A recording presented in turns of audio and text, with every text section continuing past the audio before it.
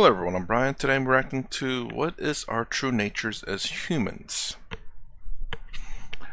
So, I will answer this in a minimum of two ways. Before I started watching these videos, what is our nature as humans? Well, we're animals, and I guess I would go along the lines of, what purpose do we have? Well, we don't. We create our own purpose. That's essentially it for the pre-watching this videos, is that we create our own purpose in life. That's our nature, is to find our own purpose, I guess. Reproduce. Yeah, we create our own purpose and reproduce. You know, nature stuff, essentially. Now, after watching these videos, bliss would be the answer in terms of Advaita Vedanta. For me, it's still roughly a hybrid of the two. Our purpose, whatever a purpose we determine for ourselves, and most of that purpose, now that learning these, is to hopefully be, I wouldn't say enlightened because that's a very high standard, but close to it. Low standard, very low, but you know, so long as you're not suffering or reduce of your suffering, I think that's good enough. And if you get enlightened, then by all means be that way. Nah. But by all means, if you become enlightened through that, that's great, that's fantastic. But, you know, I'll say at the very least is to find your purpose. Your purpose is to reduce suffering, be joyful, be a good person. So let's go and get this video started anyway.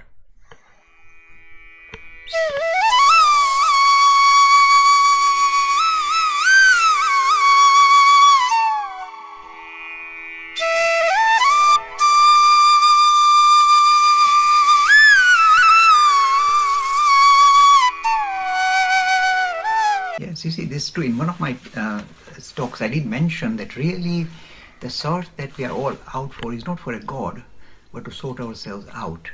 And the most important thing that we have to do is, who the heck are we? That is the main thing. Now let me just give a little bit of philosophic background. The way we understand reality is using these kind of words like where, when, how, why. These are standard things that we understand. Whereabouts does it happen? When does it happen? Space and time. How does it happen? Causality, cause and effect. Why does it happen? It's kind of more human way of looking at the idea of why certain things unfold. But the most important question that we fob off is, what is this? What? Not why, where, when, how. No. What? What is the nature of reality? What is this? Now, every time this question arises, what we do is we kind of fob it off by using a string of words. And we say, what is this? Oh, it's called the universe. See, we just invented a word rather than actually explore what is meant by the nature of reality. So the most important question we have to ask ourselves is, what is it? What is the nature of reality?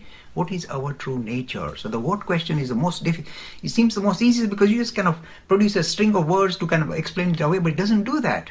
So the idea of exploring what is the nature of reality is in fact the key idea. So we're in search of identity. Who the heck are we? What is our true nature? This is the real search of religion rather than search of God. We use God as a ploy to sort ourselves out, if we come to terms with our human condition. So what is this all about? This is the central issue. Now, you see, when we are looking for identity, how do we do it? First of all, we start our journey as animals. And the way we identify ourselves is the body. We say, oh, we are the body must be looked after, you must be fed, you must be looked after, you must be well clothed, well sheltered, etc. So we look after our bodily requirements as the first response to what is our true nature. We are animals, we just human. You are physical beings, and our physical needs have to be taken care of. That's what the animals do. In fact, the apex of this idea comes from Richard Dawkins, because if you ask him, what is all this? He will say, eat, drink, reproduce, and die. See, this is, if you like, the purely and highly materialistic vision of who we are. Just a material being, just meant to be snuffed out, eat, drink, be merry, and reproduce, because that's the whole aim of this alpha and omega of science, and then die. Well, that's the basic, though. I will say this. I agree with Dawkins to that point. Yes, I mean, we are animals. We're that sounds weird. We are part of the animal kingdom. We do have those basic needs and urges like any other animal. That's not to say that's the only purpose we have. That is a purpose that we have, though. That's where I'll exclamation point, or not exclamation point, asterisk there. You know, it's like, you know, that is one of our purposes. You can follow that purpose if you want. Most people do. then you have, again, like I said in the very beginning, where we create our own purpose too. Whether that's start a family, whether that's just be by yourself and create a business, an empire, whatever it may be. Those are the most basic purposes that we as human beings have. It's not that we have to follow it. We do have some instinctual things about that. Obviously, we crave to eat because we need to eat to survive. We crave to drink because we need to drink to survive. We crave shelter because we need shelter to survive. And we reproduce because we just crave it. Now we don't need it to survive. But it's also to pass on our genes that our future generations instinctual need. Again, these are just the initial materialistic things for sure. If you don't want to go any deeper than that, then that's fine. But it's something that whether you follow Advaita Vedanta or not, those needs, those basic things, you're gonna have to follow at least the 4: food, water, shelter. 3: food, water, shelter. Those 3 things, those 3 materialistic things you need to survive, no matter what philosophy you follow. Yes. Full stop, you get snuffed out. This is Richard Dawkins' version. Now then we go into the kind of much more intellectual aspect. Who the heck are we? Then we seem to identifying ourselves with the body. We say, let's identify ourselves with our mindset. So it might involve saying that, okay, how do I judge what is my mindset? In fact, you may think you are doing it yourself, but in fact, it is not true. It is society that imposes a mindset on you which you subscribe to and kill yourself fulfilling. Before he gives an example, I want to see if it matches his. So essentially, what I understood from that is the fact that you think that you create who you are, but you mostly don't. Or maybe you do. It's like maybe a 50-50. I'm not exactly sure. Again, I just something I thought of whenever he said that. It's nature and nurture. So when you go into the world, the friends that you hang out with will have an imprint on you, how they act, their hobbies, and what you like. So there's going to be, of course, some things in you that you say, I like this. So you're going to meet with those friends, and you're going to that hobby becomes part of who you are, what you like to do.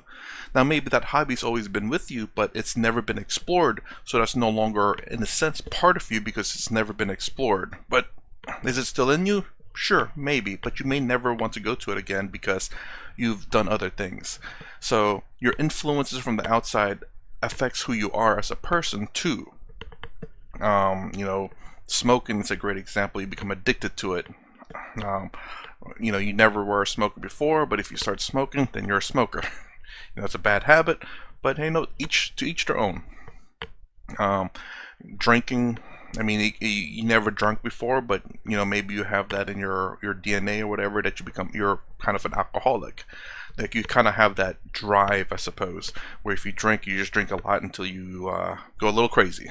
Again, you never done that before, but it's something that's in you. That's nurture. Is it nurture? Nature.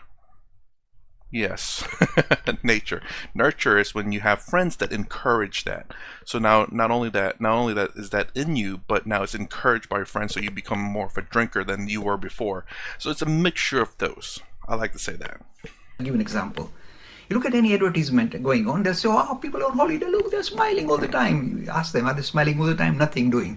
Oh, look at this bed, she's sleeping on the bed, so fun, oh, she's fun. So that actually the commercial forces hijack the idea of what is our identity. They say, that's what you need to be. Bigger car, bigger house, buy this bed, buy this Lexus car, this and that. So they, in effect, they impose an identity on us that we need to kind of subscribe to and kill ourselves trying to fulfill. This is where majority human being stops. But then there's another kind of identity. We say, what is your family, your social, your cultural identity? That's another way we try and address our human condition. So we say, okay, we've got family values. Yes, they look, you're improving from being animal, just looking after bodily needs, to just saying, okay, follow the worldly approach to life, saying eat, drink, and we follow this advertisement campaign and buy this and that. The third one is focusing on, say, social and cultural and family values. This is the identity we kind of subscribe to. This is a better way because we are now, in a way, kind of going higher up the scale from the animal, away from the animal. So looking after greater good of greater humanity, etc., becomes the, if you like, the identity you like to kind of subscribe to. What a wonderful idea. So this is how the progress continues. And yet, the final thing is this. In order for us to get identity, we sometimes turn towards religions or spiritual aspects. Okay, here again, be careful because we easily kind of identify ourselves with what the majority are saying. Suppose you find a movement where there are thousands of people applauding and beating drums, and you got big organizations. Well, I must belong to that because everybody else belongs to that. Hmm. This is sheepish mentality. Just act like sheep. Everybody's doing it, so let me subscribe. Very much what tends to be, well, religion mostly, of course. And don't get me wrong, there's cults out there. And then, of course, I wouldn't say atheism is like that because there's no real, in a sense, belief system. So you're not just saying, "Oh, I'm following what's popular. I want to be a non-believer." What's the philosophy behind it other than just not believing in the God? If that's it, then it's not much of a following. That's not much of a rules. I don't believe atheism as a like a cult or anything like that. Unless you have some atheist that creates a cult, then yes, absolutely. Can an atheist cult exist? Absolutely. And an atheist cult would be something that says our first rule: don't believe in God. Second rule, third rule, fourth rule, etc. These are the things, and then you start doing stuff. But again, kind of like someone who's in the opposite end, say who believes in a god, say who doesn't follow any traditional religion or philosophy, but believes in God is everywhere. Like I've heard my friends say, they could never explain it though. But I'll just use their example. Like God is everywhere and everything. It almost sounds like Advaita Vedanta or Eastern philosophy, but I'll distinct that as something different for now. But where you don't believe in any particular God, it's just that there is God and it's everywhere, everything. And again, completely different spectrum, but not following a cult or a major religion, but just believe in being a good, decent human being and that there is a greater power out there. Fair enough. Same thing with the opposite end of the atheist, where they just don't believe in God, but they believe in, being a good human being, like most people should. Anyways, I hope that follows through. Fair enough, this is better than perhaps just subscribing to the idea that I'm a material being, chasing after material things like Madonna says. The idea is better to think of higher principles, saying, okay, let me focus on this temple body or this sectarian movement. I agree, you're improving, you're moving up the scale. But again, you notice that again, most of these Hindu bodies will take you onto a kind of ritualistic path, saying follow this ritual, go on pilgrimage, go on this jatra, etc. Or they'll say, in that case, why don't you, bow down to this guru, and he has already saved thousands of people, he save you, and it's all artificial. But then you might get caught up with that, and you might kind of subscribe to that. The highest, if you like, the best way of understanding who am I comes from ancient as well as modern kind of rishis of India. And the one that I focus on is Ramana Maharshi. When you ask him any spiritual question, he says, just ask yourself, who are you? What is your true nature? You may think we have actually come to terms with it. We have not come to terms with it. We kind of subscribe to certain hypes that has been sold to us, and we kind of subscribe to that. What is our true nature? This is the real stirring up. And this stirring up in a way reflects our spiritual dimension. So when you're trying to address our own conditions, say, who am I? You suddenly find that, okay, you are full of desires, and then they don't stop. And as Buddha discovered, and as the ancient Hindus discovered, the way to really find your identity is to rise above the desires that are clouding your worldview. We are all caught up with this. And as Buddha says, really, you are saying, okay, I'm trying to fulfill my desires. Who is this my? It's just a flux, has no identity at all. You just given it an identity, and you're trying to fulfill the desires of that kind of flux. So you're kind of in a very kind of shaky ground. Rise above desires, says Buddhism. Same thing says Hinduism. Rise above desires to discover your true identity, because the desires cloud your vision regarding who you truly are. And this is not merely intellectual exercise. It has to be experiential to come to fruition. My friend, religion begins when you say, I want to experience this thing. What is my true nature? I don't believe in it or read about it in the book. I want to experience it for myself. Real religion begins. Okay, but I mean, don't get me wrong. Like, sometimes you have to follow because you don't know how to do it. I mean, someone says, "Find your true self." You're like, "Okay, got it." And now where do I go? Which direction is it to my true self? Somewhere around here. This way? This way? This way? Oh, this way. No, but yeah, obviously you're gonna need some guidance. So, getting a book or following a guru is going to kind of have to happen. I guess just be careful and mindful of the book or the guru that you're following, Guru Swami. Because yes, there are I've heard there's many of them, and you know, it kind of sucks that there are kind of terrible people like that out there, but you know, it is what it is. So be careful. Um, and There's something else I wanted to say. I can't remember now. But anyways, I guess there's not. Since I can't remember, I'm just going to kind of sum up a little bit. So again, nothing necessarily wrong with the materialistic point of view. It is a view, not the view, because if you just do that, you're essentially following animalistic survival. Whatever. If that's all you want, then and you're blissed out that way, I mean, you know what? No one can fault you for that. But I don't think anyone's really like that. But I'm sure there's many ways to find fulfillment in life. So obviously you have to fulfill your needs. I don't think any gurus or swamis are going to argue that. So the materialistic point in terms of that is obviously no argument. It's just a matter of whether it gets out of control. But that applies to a lot of things, though. It's about making sure that you're happy. So, understanding the fact that the world is suffering, things change. You cannot depend on external things to make you happy because it will change. And if it changes to something that you don't like, which more than likely will happen, then you can't depend on it. That's the reason why Eastern philosophy says look inwards, because when you detach yourself from the materialistic world and the only thing you got left is essentially inside of you, then I can't say it will make you happy. It should, because I look at it a bit differently, I suppose. To me, it's just not wanting or craving needs, and being content with who you are and what you have.